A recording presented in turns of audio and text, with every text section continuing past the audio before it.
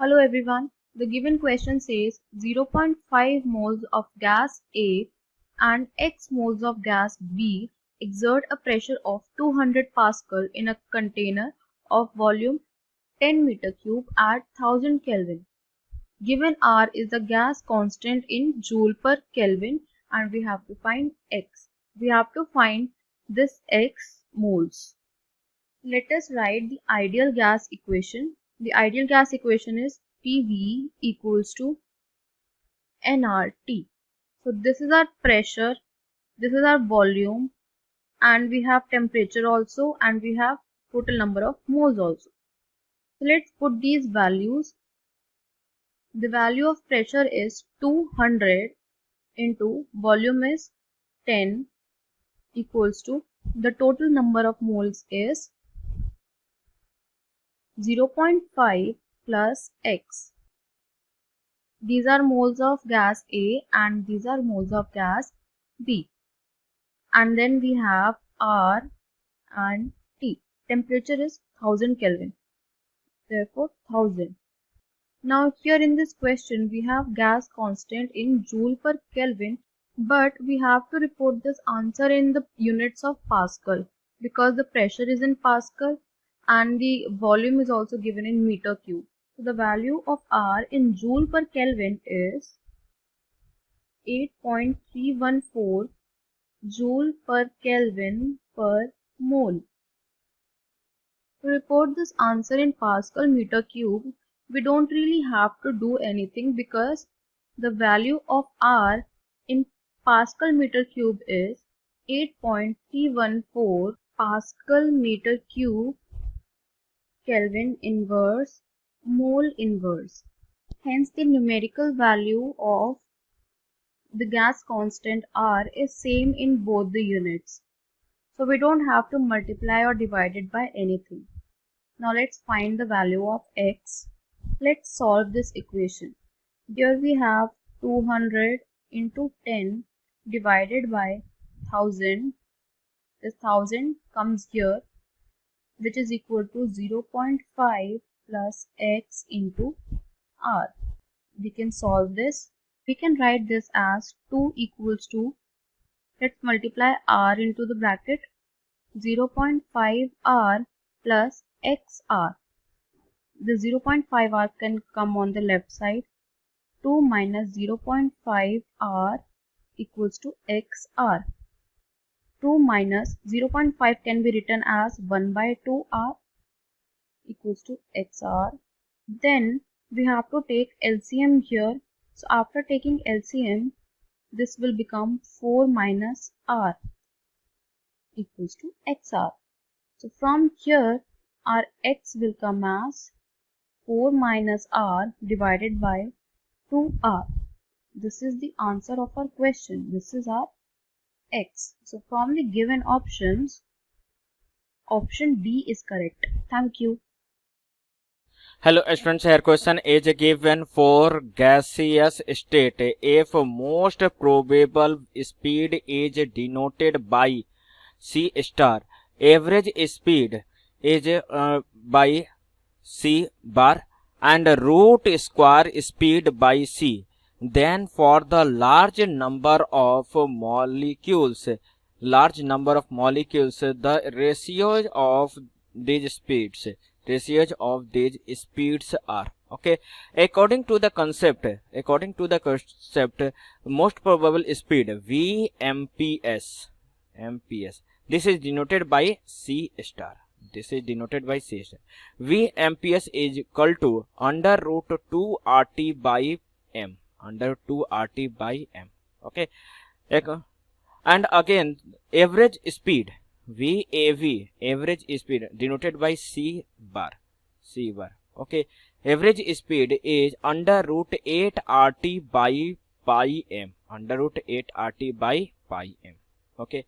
And third term, root square speed, V RMS, root mean square, this is denoted by C. That will be under root 3 RT by M. Okay. The ratios will be here VMPS most probable speed C star is to ratio C bar is to C. That will be here under root 2 RT by M is to under root 8 RT by pi M is to under root 3 RT by M. Okay, we cancel out RT by M. So this will be root 2 here, root 8 by pi, this will be root 3. We again simplify it, that will be value 1 is to 1.225 and the value will be 1 is to, that value will be 1 used is to here 1.128 is to 1.225. Okay, this will be the value. So answer will be here, that will be the answer will be option C, D. Answer will be option D. Answer will be option D. Okay, thank you. देखो इस question में क्या given है, for 1 mole of van der Waals gas when B equal to 0 and temperature equal to 300 kelvin, the PV versus 1/V plot is shown below. ठीक है, हमने क्या किया है, 1 मोल गैस लिया है और जो उस केस में van der Waals gas constant B है वो 0 है, टेम्परेचर गिवन है और आपको PV वर्सेस 1/V का प्लॉट गिवन है. The value of van der Waals constant A. ठीक है, हमें ये जो van der Waals constant A होता है हमारी वैन डर वाल्स इक्वेशन में, उसकी वैल्यू फाइंड करनी है इस क्वेश्चन में. ठीक है, और ये आपको ग्राफ दिया गया है. अब देखो कैसे करोगे क्वेश्चन को. पहले तो जो हमारी pure van der Waals equation होती है वो लिख देते हैं. ठीक है, van der Waals equation of state. ठीक है, van der Waals equation of state. ठीक है, जो हमारी van der Waals equation of state होती है वो होती है P plus N square into A by V square, ये आपको याद होनी चाहिए, into V minus N B equals to N R T. ठीक है, एन आर टी, ये होती है हमारी pure van der Waals equation of state. अब देखो हमें कंडीशन क्या दी गई है, 1 मोल और B की वैल्यू क्या है 0. ठीक है, यहाँ पे कंडीशन लिख देते हैं 1 मोल और B इक्वल टू 0. ठीक है, ये मोल हमारे किससे रिप्रेजेंट करते हैं, N से, तो अब इसमें सिंपली वैल्यू डाल देते हैं, N equal to 1 and B equal to 0. तो क्या हो जाएगी, P plus A by V square into V equals to R into T. ठीक है, ये हो जाएगी हमारी इक्वेशन. अब V को अंदर मल्टीप्लाई कर देते हैं तो ये क्या हो जाएगी, PV plus A by V equals to RT, ये हो जाएगी. अब A बाई वी को हम राइट हैंड साइड शिफ्ट कर देते हैं तो PV equal to RT minus A by V. ठीक है, ये हो जाएगी हमारी इक्वेशन. अब देखो ये इक्वेशन में हमें किसके अकॉर्डिंग सेट करना है, y equals to M X plus C, straight line के फॉर्म में इसको सेट करना है. तो देखो यहाँ पे y क्या हो जाएगा हमारा PV और m हो जाएगा हमारा माइनस a, मतलब स्लोप क्या हो जाएगी माइनस a, और x क्या हो जाएगा 1/v. ठीक है, ये जो अपने को दिया गया है प्लॉट इसके अकॉर्डिंग PV वर्सेस 1/v के अकॉर्डिंग. ठीक है, तो यहाँ से हम लोग क्या कर सकते हैं, एक स्ट्रेट लाइन की इक्वेशन लिख सकते हैं between straight line equation between PV and 1/v. ठीक है, और उसकी स्लोप क्या हो जाएगी, 1 मिनट, इसकी जो स्लोप हो जाएगी वो हमारी क्या हो जाएगी माइनस a. ठीक है, slope equals to minus a. अब देखो स्लोप हमने क्या लिया माइनस a, और अगर ग्राफ से हम लोग स्लोप निकालें तो कितनी हो जाएगी, y2 minus y1 upon x2 minus x1, y2 minus y1 upon x2 minus x1. ये होती है हमारी m की वैल्यू, स्लोप की वैल्यू. तो इन दोनों के बीच में हम लोग ग्राफ लेंगे. ठीक है, पहली वैल्यू होगी हमारी 21.6 और फिर 20.1 और इसके कॉरस्पॉन्डिंग 1/v की वैल्यू भी हमें दी गई है. तो क्या हो जाएगी, माइनस a की वैल्यू 20.1 माइनस 21.6 अपॉन 20.1 पे हमारी x की वैल्यू कितनी है 2 और 21.6 पे 3, तो क्या हो जाएगा 2 माइनस 3 अपॉन.